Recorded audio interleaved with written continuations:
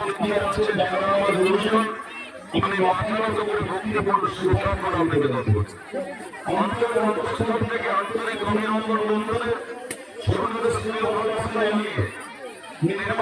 প্রাকালে আলোচনায় অঞ্চল তৃণমূল কংগ্রেসের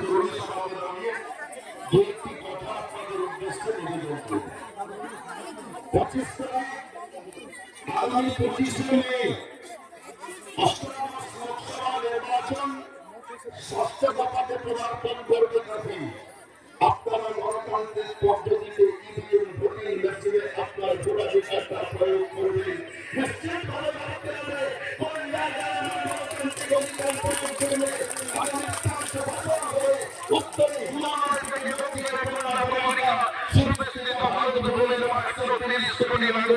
অর্থনৈতিক সুরক্ষা পাবে, উন্নয়ন পাবে, দেশের সামনে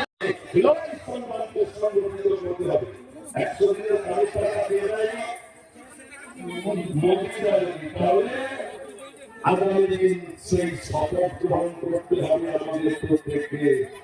100 দিনের কাজের টাকা দেওয়ার সরকার, 100 দিনের কাজের টাকা দেওয়ার সরকার আর নাই দরকার, আর নাই দরকার। আবার প্রকল্পের টাকা দিলেন মোদী আপনি, আবার প্রকল্পের টাকা দেওয়ার সরকার আর নাই দরকার, আর নাই দরকার। টাকা বাই বাই, টাকা বাই বাই। বিদায় জানাতে হবে ভারতীয় জনতা পার্টি। কাঁথি লোকসভা, তমলুক লোকসভা, বাংলা, ভারতবর্ষ বিভিন্ন জায়গায় যে যে দেশগুলোতে নির্বাচন হবে সকলেই ভারতীয় জনতা পার্টিকে বিদায় জানানোর জন্য প্রস্তুত হচ্ছে।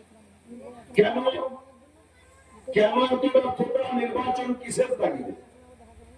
এই নির্বাচন তো কে হলদিয়া অঞ্চল গঠন করবে আর আপনার বাড়িতে মমতা বন্দ্যোপাধ্যায়ের উন্নয়নটা পৌঁছে দেবে তার নির্বাচন নয়। এই নির্বাচন বাংলায় সরকার তৈরি করবে তার নির্বাচন নয়। উত্তরে হিমালয় থেকে দক্ষিণে কন্যাকুমারী, উত্তরে হিমালয় থেকে দক্ষিণে কন্যাকুমারী 130 কোটি জনগণ। কাশ্মীর সে কন্যাকুমারী নারা হামারি, মমতা লাল দেশ বাঁচাও, মমতা লাল দেশ বাঁচাও। মমতা বন্দ্যোপাধ্যায়কে দেশের মানুষ চাইছেন। কেন চাইছেন?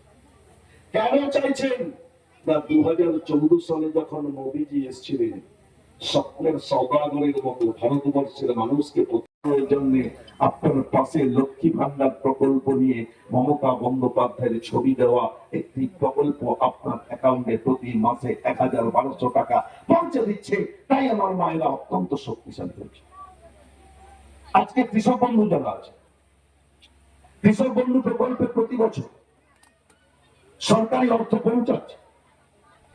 আজকের দিনে দাঁড়িয়ে এই ভারতবর্ষকে শোষণ করেছে ভারতীয় জনতা পার্টি। মমতা বন্দ্যোপাধ্যায় আপনাদের অ্যাকাউন্টে বছরে কত টাকা দিচ্ছেন দয়া করে একটু হিসাব করে দেখবেন। বছরে কত টাকা দিচ্ছে